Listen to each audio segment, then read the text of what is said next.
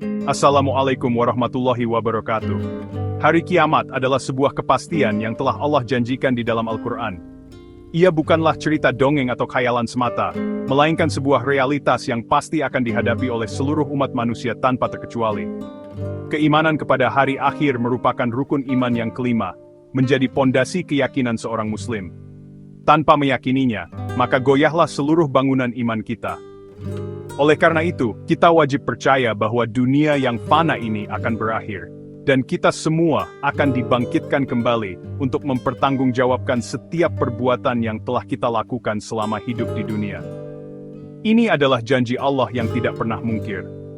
Mempelajari tanda-tanda kiamat bukanlah untuk menakut-nakuti diri kita sendiri.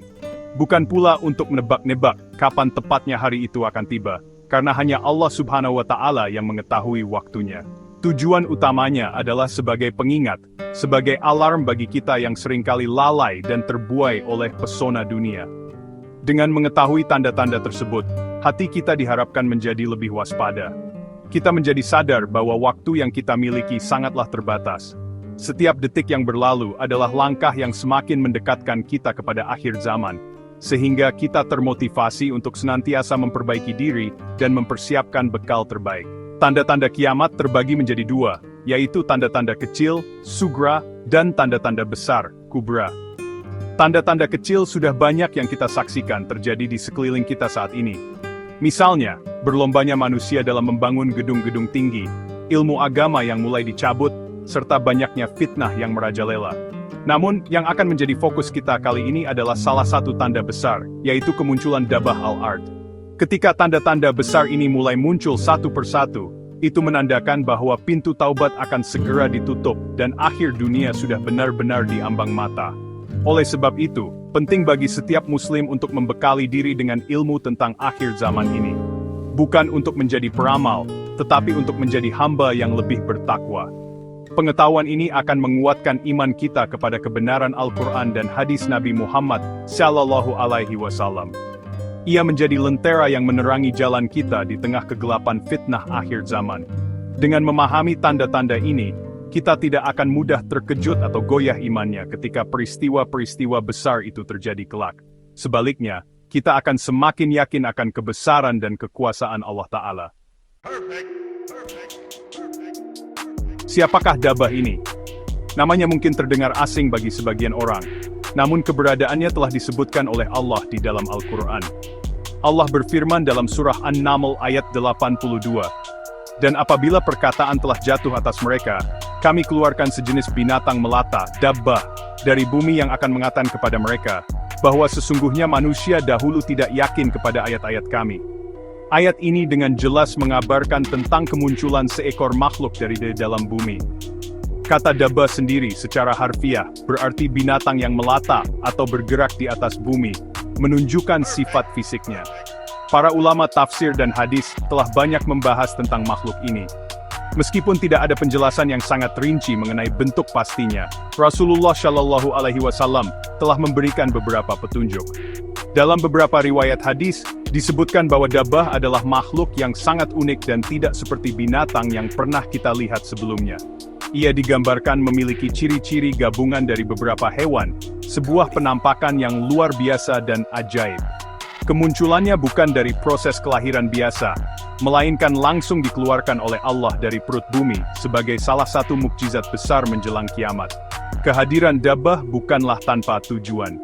Ia diutus oleh Allah dengan sebuah misi yang sangat penting. Kemunculannya terjadi pada waktu duha, saat matahari telah terbit dari arah barat. Ini adalah momen krusial di mana pintu taubat telah ditutup rapat oleh Allah.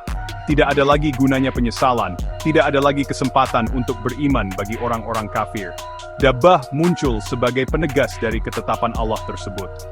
Ia menjadi bukti nyata bagi manusia yang selama ini meragukan ayat-ayat Allah dan peringatan para nabi. Kehadirannya adalah penanda akhir dari babak kehidupan dunia. Imam Ibnu Katsir dalam tafsirnya menjelaskan bahwa Dabbah akan mampu berbicara kepada manusia dengan bahasa yang fasih dan dapat dimengerti. Ia akan berkeliling ke seluruh penjuru dunia dengan kecepatan yang luar biasa. Tidak ada seorang pun yang dapat lari atau bersembunyi darinya.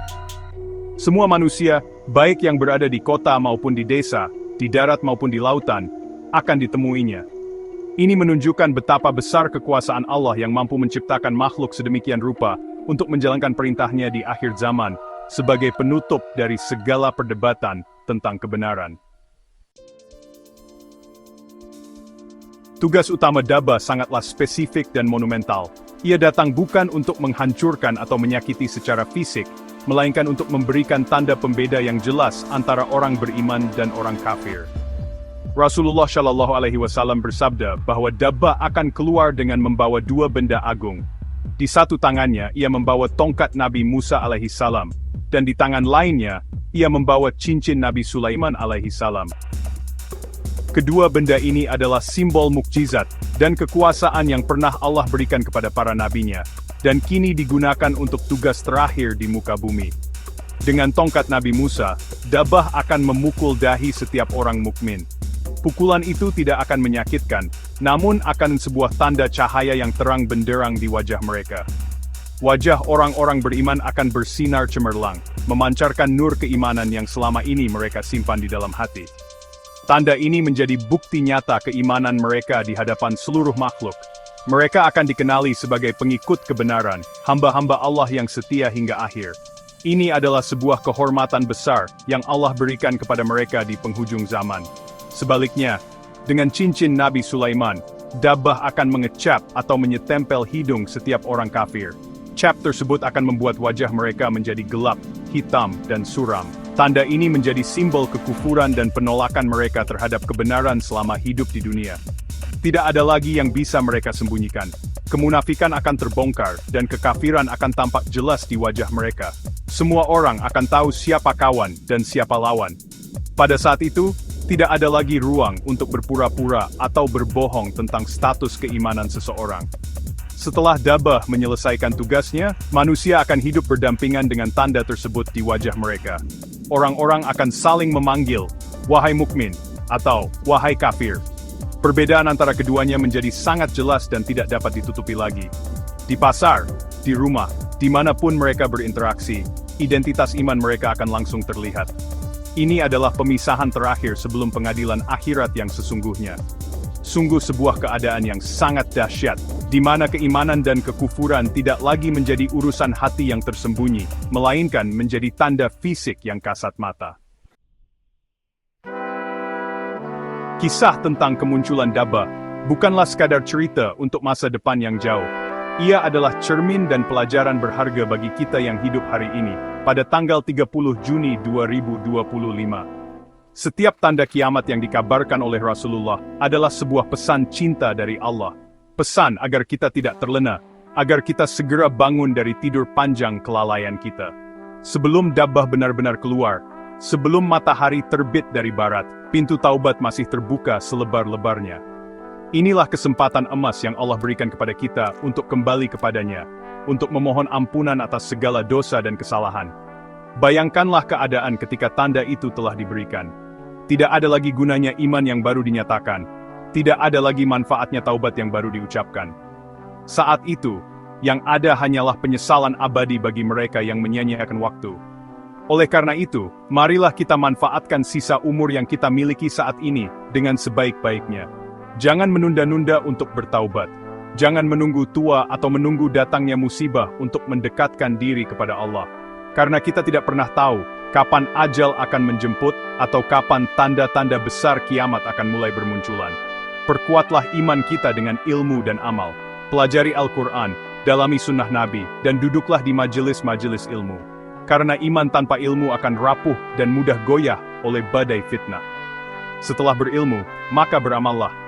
Dirikanlah syalat dengan khusyuk, perbanyaklah sedekah, berbuat baiklah kepada sesama, dan jagalah lisan serta perbuatan kita dari hal-hal yang dimurkai Allah. Bekal amal syalih inilah yang akan menjadi penolong kita kelak. Inilah yang akan membuat wajah kita bercahaya saat Dabah datang, bukan karena amalan sesaat, melainkan karena keistiqamahan sepanjang hayat. Pada akhirnya, semua tanda kiamat adalah pengingat akan kebesaran Allah dan kepastian akan adanya hari pembalasan. Kisah Dabah mengajarkan kita untuk tidak pernah meremehkan ayat-ayat Allah. Ia memotivasi kita untuk menjadi seorang mukmin sejati, yang imannya tidak hanya di lisan, tetapi meresap hingga ke dalam hati dan tercermin dalam perbuatan sehari-hari. Semoga Allah Subhanahu wa Ta'ala senantiasa membimbing kita di jalan yang lurus, menguatkan iman kita, dan mewafatkan kita dalam keadaan husnul khatimah.